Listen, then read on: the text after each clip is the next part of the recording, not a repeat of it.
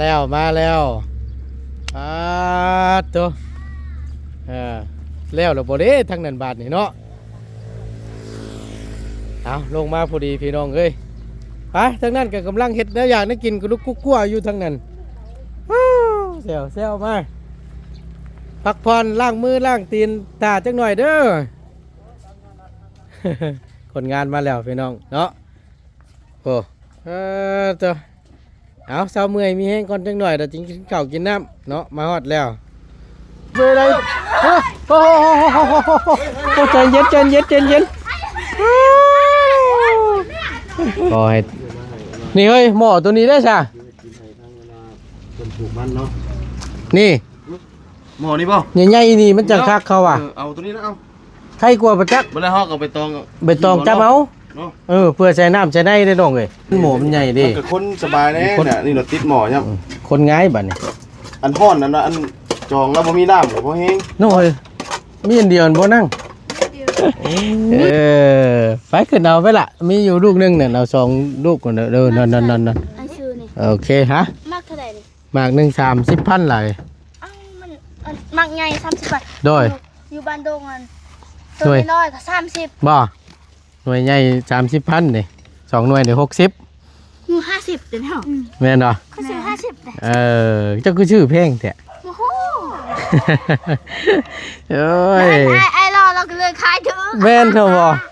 จังว่าเด้อฉันบัดนี่เนาะ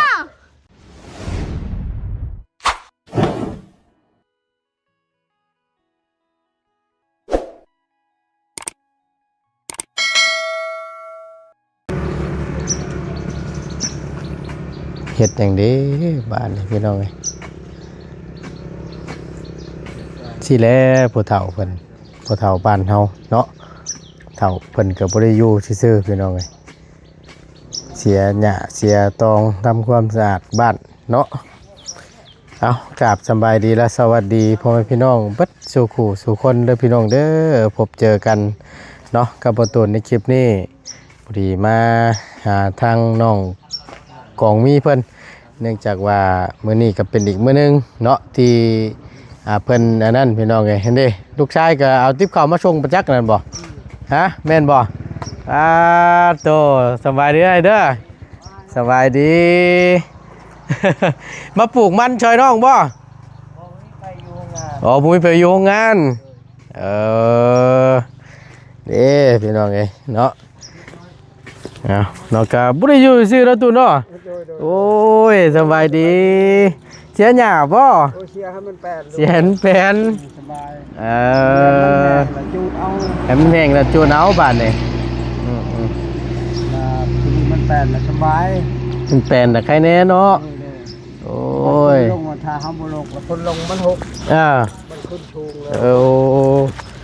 มื้อนี้เพิ่นไปปลูกมันได้มื้อนี้เนาะโดยแม่นละเพิ่นสิมาอยู่บ่ช่วงเที่ยงนี่มาแล้วมากินข้าวเห็นบ่กองมีเฮ็ดกินเลย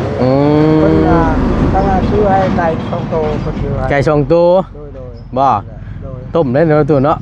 ผักครัวเพราะว่าคนหลายกินเด้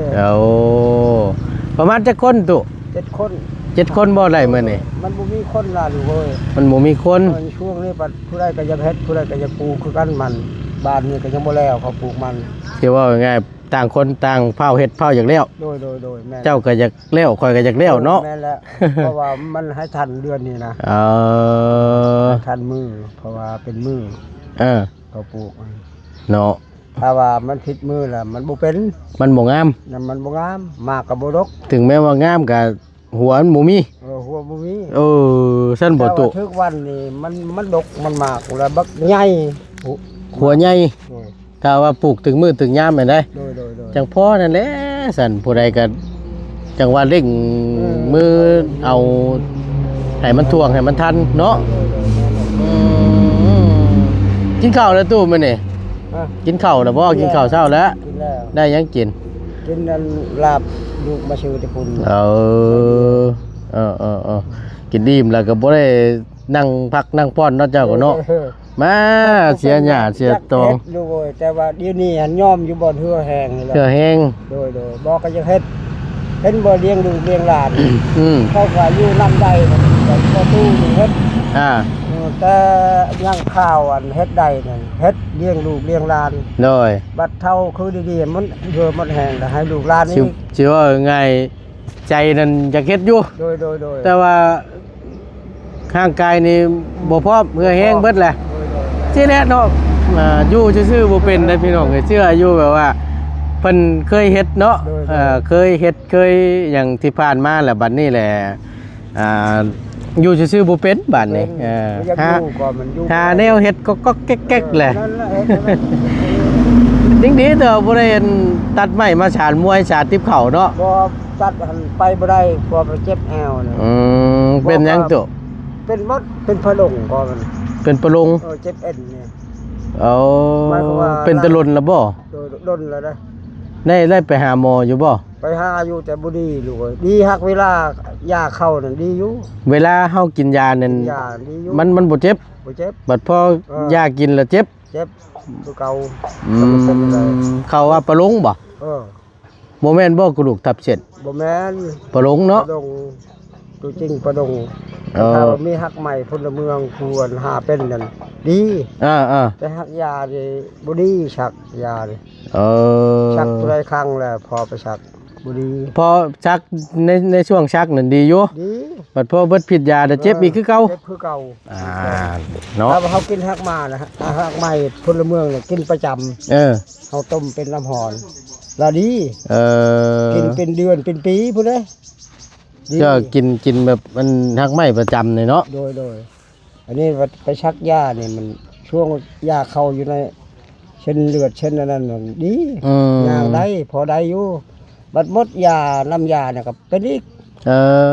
นั่นลาลูกเอ้ยเป็นตะลนแล้วว่าติ โดย เป็นท่อโรคอันเดียวนี่บ่เป็นท่อปะลงนี้โดยเป็นท่อปะลงนั่นแหละบ่มีหยังคันว่าดีตัวนี้ล่ะเฮ็ดได้หมดไปใช้ก็ได้หมดสะดวกสบายโดยบอกว่าโอ้พอไปตัดไม้พงไม้พางชานกระโตกก็เป็นไม่ยากก็เป็นติดเข้าก็เป็นหมดพอเฮ็ดเป็นเบิดเลยเป็นหมดเลย แต่หากติดอยู่ที่บ่มีแห้งนี้มีแห้งเนาะโอ้ว่าครับเสียดายเนาะตัวเนาะโอ้เสียดายเลยพอคิดว่าเสียดายย้อนว่าหมดเหือหมดแห้งแล้วโดยบอกคือแต่เก่านี่โอ้เฮ็ดลายแนวนี่พอได้ใช้อยู่ด้วยนึงนี่อยู่ในครอบครัวก็บ่ได้ทุกข์ปานใดโดยช่องมากอ่ะพอได้เงินลูกหลานแน่โดยเขามาถามชื่อเขาอยากได้แนวใดก็เฮาก็ได้แบบว่าง่ายแบบว่าเฮาก็เฮ็ดตามที่เพิ่นสั่งบางเทื่อเพิ่นอยากได้งี้แล้วก็สานให้เพิ่นเนาะพอได้เงินใช้เนาะพอได้เงินใช้ชุบยาพอได้ซื้ออยากซื้อกินเนาะตัวเนาะอันนี้ปัดนี่ปัดหมดเหือมันแห้งแล้วอันใดก็ใช้น้ำลูกน้ำหลานปัดเพิ่นปัดเฮ็ดบ่ทั่วบ่ถึงคือกันโดยเฮานี่ทั้งชุบยาแน่ทั้งอยากกินอาหารแน่แต่กินอาหารก็บ่หลายลูกกินน้อยเดียวแล้วอิ่มโดยมันหมดแห้งแล้วหมดแห้งแล้วผู้เฒ่าเนาะมันบ่คือแต่ก่อนมีแห้งกินละลายอันนี้เขาเรียกว่าลูกคิวให้ตอนนึงก็บ่หมดกินข้าวบ่หลายโอ้ยเนาะพอดีเมื่อวานนี่ทางบ่ตูนได้ให้ทางน้องกองมีหรือทางลูกสาวประตูนี่พาไปเบิ่งโดยดินตรงที่ประตูว่าจะถ้าหากว่าเงินมันเหลือแหละสิไปไถดินตรงนั้นเตรียมปลูกเขาว่าซั่นแม่นไปเห็นแล้วก็ว่ะอยู่พี่บ่หั่นน่ะแม่นแล้วเห็นว่าลูกเห็นแล้วเห็นแล้วเฮาไปเบิ่งแล้วเมื่อวานนี่ก็เห็นดีน้ำอยู่ว่าน่ะก็ชมเชยที่น้องเพิ่นคิดเอาเงินส่วนนั้นแบบว่ามาเฮ็ดให้เป็นประโยชน์ต่อน่ะพี่น้องเอ้ยแต่ก็บ่ฮู้ว่ามันสิเดือซำใดนั่นน่ะเนาะตู้แต่ว่าเบิ่งไปนี่แหละมื้อนี้นี่บ่ฮู้ว่าสิปลูกได้ซำใดเนาะแต่คนงานไปหามาได้น่ะได้อยู่7คน7คนนี่ก็ไล่ให้เพิ่นมื้อละแสนได้บ่มื้อละแสนมือละแสนนี่โอเคอยู่ของกินนี่เช่านี่กับเพิ่นชื่อทางลูกชื่อให้ช่องโตไก่บอกว่าชื่อเองนั่นตัวนึงเท่าไหร่แล้วเขาขายไก่60ก็แสนเช้าเลยเด้2ตัวแสนเช้าเนาะอันนี้ทั้งน้ำดื่มนี่น้ำบอกน้ำหวานนี่ก็ชื่อให้เพิ่นเฮ็ดงานเลี้ยงเพิ่นน่ะเนาะกับข้าวกับน้ำเนาะบ่ได้เว้าหยังแต่ว่าคิดใจเฮาให้แต่ว่าน้ำใจเฮาเนาะน้ำใจเฮาเอง เพิ่นมาซอยเนาะ ไล่ใช่ว่ามื้อหนึงหัด7คน7แสน ม วันนี้ไล่ใช่ว่า8แสน9แสนปานนั้นแหละ โดย มื้อหนึงทางไก่ทางของกินของอยู่ของกินของดื่ม อืม หมดเท่านั้นแหละมื้อหนึงหั่น พังเบิ่งมื้อนี้ได้ยินน้องของมีเว้าเมื่อวานนี่ว่าถ้าหากว่าได้คนงานมาปลูกจัก10คนนี่คาดว่าน่าจะประมาณมื้อหนึงกับครึ่ง โดย มื้อนี้อีกมื้ออื่นเนี่ยมันครึ่งมื้อจังซี่นะพี่น้องเอ้ยแม่นแล้วว่าซั่นอืมก็จักหน่อยนี่ก็มากินข้าวได้นี่ว่าตัวเนาะ มากินแล้วมันจะเที่ยง เพราะว่ามันก็สิเที่ยงได้เด้ นี่แล้วคงมีให้กินแล้วพอดีเพิ่นมาแต่พุ่นแล้วกินเลย โอ้ กินแล้วพักผ่อนชั่วโมงนึง แล้วจังค่อยลงเวียกต่อ โดย โอเคซั่นมีแต่ว่าอันนี้แหละเฮาอันนั้นชื่อหมึกแตงโมมาไว้ให้อยู่พอได้ให้เพิ่นสู้กันกิน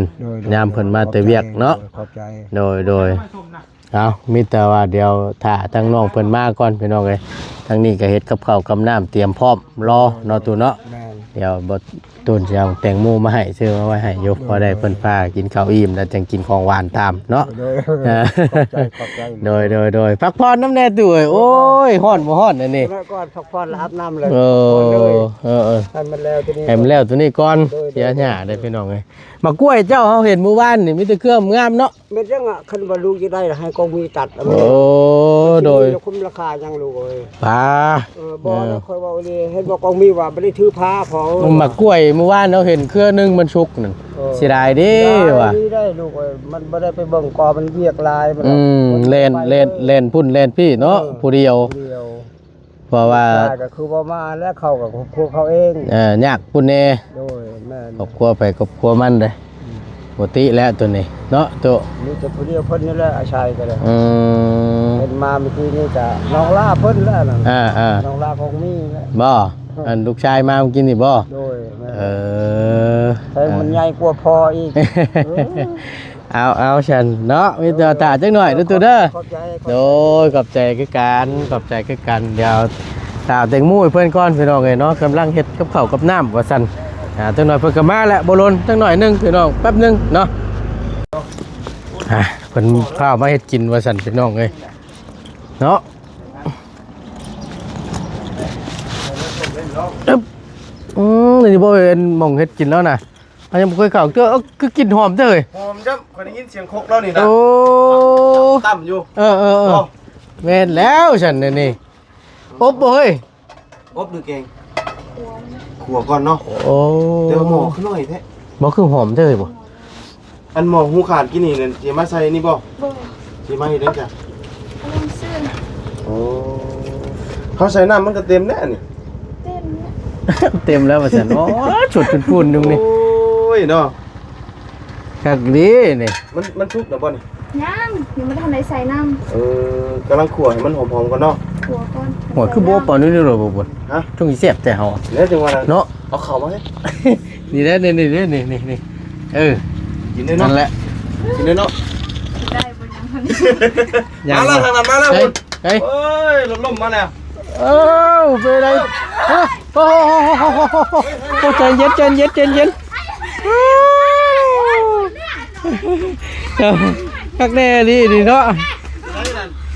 ชินจนเที่ยทางนั้นก็ได้ เดินสบายดี สบายดีล่ะ น้ำจูน่ะ โซมันตก โซโต๊ะอีกเลย โดย ล้ำโซ่ไปฉันทั้งนี้ก็ได้บอกไปแล้วจ้ะจับโจ มือมันคือดำแต้วเอาดิโซ่มันย่านได้เหรอล่ะ ดีแล้วบัด ไป นี้ ไป นี่เราเรียนมาทั้งลานมาใช่ลาน สบายดีล่ะสบายดีหาก็เลิกเคียนหมดเตี้ย โด โอ้ ย ยพอดีแล้วจัดมาซอยตั้งละเจ้าอันเฮ็ดกินนี่ยังกระวนกระวายอยู่ญาตินั้นอันนี้นี่อันว่าเฮ็ดกินน้ำบ่ทันว่าซั่นเนาะก็เลิกเคียนดังอีหล่ะเพิ่นก็ได้พี่น้องมาแต่โรงเรียน จักผู้ใดได้เลยว่า ฮะ ผู้ใดว่าผู้ใดได้ ยังอยู่เลยล่ะไอ้รถจักรกันน่ะอยากฮู้ได้หะเนาะผมไปเปลี่ยนชุดก่อนนั่งมัน ว่าบ่บุญสารวัตรฮู้แล้ว แม่นบ่ โดย แต่ฮู้ว่าเป็นของไผ โดย ฮู้ของเจ้าของไผของเจ้าบ่ของไผซะนั่งอ่านไปเปลี่ยนชุดก่อนก็ได้อย่ามันเปื้อนชุดนักเรียน ได้คอยเป็นน้องแต่งไทยเด้อเนาะ เอากองไฟก็ได้พี่น้องเลยดีใจน้ำเนาะตั้งบทตุนก็ได้ก็ให้นี่เฮ้ยหม้อตัวนี้ได้ช่ะ คนปลูกมันเนาะ นี่ หมอนี่ป่ะ ใหญ่ๆนี่มันจังคักเขาอ่ะ เอาตัวนี้นะเอา ใครกลัวประจักษ์ บ่ได้ฮอกเอาไปตอง ใบตองจับเอา เนาะ เพื่อใช้น้ำใช้ในได้น้องเลย เมนได้นี่เอา ที่ดีกว่าประจักษ์ ที่ดีกู อ่อนแล้ว ฮะ เอาไปตองมานี่ใบบังมดนี่ ใบตองนี่ป่ะ ไปล้างก่อน โอ้นี่เอานี่จับก็ได้นี่น้องเลย เอาไปกล้วยอ่ะ ใบกล้วยเนาะ ไปกล้วย โอเคนี่ ย่านเอาย่าน หม้อไม่หู หม้อใหญ่บ่มีหู หม้อใหญ่บ่มีหูก็เลยบ่ได้ใส่ที่น้อง บ่มีหูหม้อน้อย อืม ร้านยิ่งใหญ่นี่รถเลย โอ้ คนของเราก่อนเดียวเลยไม่จองนะ ต้มไก่หาก็มาเฮ็ดบ่เจ้าก็ได้หาก็ขึ้นมาเฮ็ดกินนี่บ่ มาแต่10 โมง ใครอยู่สันใกล้แล้วบ่เฮ้ยใกล้แล้วบ่ใกล้สิแล้วแหล้ว นะ ยังอยู่เนาะ ใส่น้ำ บ่นะอันปลูกมันน่ะแม่ ใกล้แล้ว ใครอยู่สันโอ้ย เอาไปกล้วยมาปง เอา แล้ว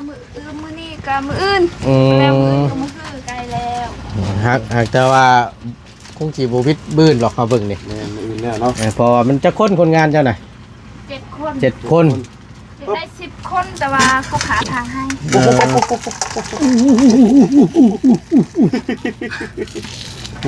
คือตัวนี้เนาะ แม่นหมูมันใหญ่ดิ มันก็คนสบายแน่เนี่ยนี่เราติดหมอเนี่ย คนง่ายบัดนี้ อันห้อนนั่นนะอันจองแล้วบ่มีน้ำกับบ่แห้ง น้อยมีอันเดียวบ่นั่ง เดียว โอ้ มี ย หลายอันแต่มันน้อย มันน้อย มันอันใหญ่มันขาดหมอกกับหูขาด เต็งเมนู มีบ่อันว่าอันทรายอันนั้นนะ ใส่ยัง ทรายอันลวดอันนั้นมาเฮ็ดหูมันนี่ โอ้ยฮ้อนคือเก่าได้บ่ เอา บุญ หิ เด้ วเอา พอได้หิวบ่ พอได้ คือหิวเตานี่บ่ แม่น เลยเดียวไง ได้ได้ สายเป๊ะ อึ๊บ มันคนบ่ได้จนใหม่เนาะ แม่นนี่เอารถบัดนี่สำบายบัดนี่ อึ๊ อึ๊บ นี่เจ้าเรียบร้อยขาดหูหมอก สีจางเพชร ฮะ ฮะ ว่าคือสีจางเพชร จางหมักเพชรเอาเกลือใส่เฮ้ย จางหมักเพชร จาง มันจางหมักเพชรไปเลยเนาะบัด ย่านมันเพชรมันจังได๋ โอ้ยังมันเพชร ย่านมันเพชรตำเพชรกี่อย่างเอา อย่ามันจางหมักเพชร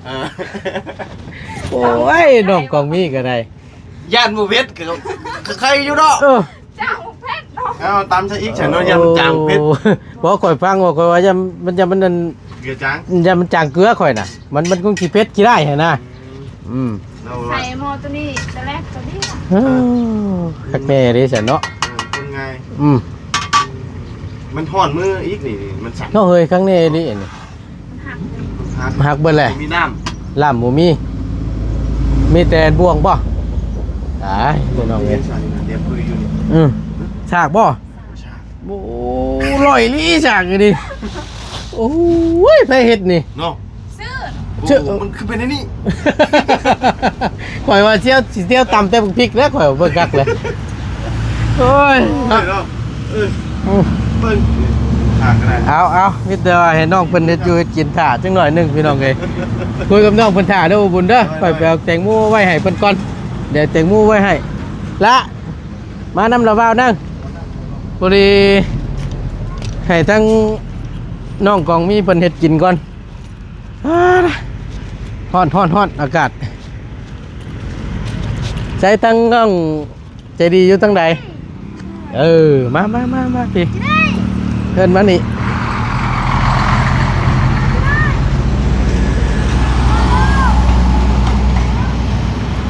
พี่น้องเอ้ยนี่เพิ่นก็กำลังเฮ็ดทางเนาะเส้นทางได้เก้าเด้อพี่น้องเด้อชายแดนเวียดเนาะขึ้นไปพุ่นนี่ก็อยู่ในระหว่างเฮ็ดทางใหม่เนาะเอาบ่ซั่นก็มากับน้องแต่งไทยก็ได้ล่ะมามาแต่งจริงแต่งไทยฮู้แล้วว่ารถบ่ดีเมื่อวานนี่สรุปแล้วเพิ่งไปยังบ่จักอยู่ ระบบบอก ตาย จนว่า7 โมงละเมื่อ ยังบ่ฮู้คำตอบเลย โดย ใส่ได้สิเป็นผู้โชคดีเนาะ เป็นจัง ไปขึ้นเทิงเจ้านะไปเอามาหมักแตงโม2ลูกใหญ่ๆนะเตรียมมาไว้ผ้า คือใหญ่แท้ ใหญ่บ่ มาใช้ไล่บ่ผู้เดียวเจ้าได้บ่ได้บ่เอิ้นมาพุ่นมาพี่ละมาหมักแตงไปน้ำเนี่ยไปเดี๋ยวถ่านหมู่เจ้ามาเอาน้ำขึ้นไปเอาใหญ่บ่มาเอาหมักแตงได้ละแตงโม แตงไทย ตัวนี้ แตงไทย ตัวนี้แตงโมตัวนั้นแตงไทย ไปขึ้นเอาไปละมีอยู่ลูกนึงเนี่ยเอา2ลูกก่อนเด้อนั่น อันชื่อนี่ โอเคฮะ มากเท่าไหร่นี่ มากหนึ่ง30,000เลย มันมักใหญ่30 บาท โดย อยู่บ้านดงอัน โด ตัวย น้อยก็30 บ่หน่วยใหญ่30,000นี่2หน่วยเดี๋ยว60 อยู่50เดี๋ยวนี้ แม่นบ่ เขาซื้อ50เลย เจ้าคือชื่อเพลงแท้ โอ้โห เอ้ย ไอ้รอเราก็เลยขายถึง แม่นเถอะบ่จังว่าเด้อฉันบัดนี่เนาะจังแม่นดีจักเนาะเฮ้ยได้ราคา30,000นี่ตั้งระว่าซื้อมาต้อนมีแต่ว่าถ้าเพิ่นลงมาแต่ปลูกมันปลูกหยังพากันนี่ละชูกันกินยัง ทาเงินนุ่นเมื่อวานนี่แล้วทาจนจะว่า7 โมงละมื้อ แกยังบ่ฮู้คำตอบครับ ยังบ่บอกจ้ะ ไอ้เด้สิเป็นผู้โชคดีเนาะเฮ้ย บ่มีก็ย่ารถจากได้เฮือน หลักๆเลยแหละเนาะเอากะภาวนาแหละตั้งระวาวก็ได้เนาะไปได้ก็ดีพี่น้องก็ดีใจนํเนาะกะขอให้แต่ไล่ว่าสั้นซะเนาะ ไปยังบ่ทันได้กินข้าวเจ้าก็เนาะผู้ดีละกินพร้อมกันนั่นทั้งละสาวเจ้าเตรียมกับข้าวสู่ทั้งทีมงานอยู่พอดีเพิ่นปลูกมันพี่น้องเอ้ยแล้วก็นี่แหละกินข้าวอิ่มแล้วจะตามด้วยของหวานเด้อโอเคไปช่วยทั้งละสาวเจ้าโอเคไป โอเคไปไหว้พุ่นเด้อไปพี่น้องเอ้ยพอดีละตั้งบ่ต้นก็สิได้ขอลำลาจบคลิปปิดคลิปลงไปเพียงสำนี้ก่อนเนาะจังใดก็ขอบคุณหลายๆพี่น้องเด้อเนาะที่เข้ามาเป็นกำลังแห่งใจและซัพพอร์ตทั้งบ่ตูนโดยตลอดมาเบิ่งคลิปให้โดยบ่ขามโฆษณาสิ่งที่สำคัญเนาะบ่ปะบ่ทิ่มทั้งบ่ตูนพี่น้องเอ้ยอยู่ดีมีแฮงเด้อพี่น้องเด้อสำหรับคลิปนี้ผิดพลาดประการใดบ่ตูนกราบขอโทษขออภัยนำหลายๆเด้อเนาะเอาอยู่ดีมีแฮงพี่น้องพบเจอกันคลิปหน้าสำบายดี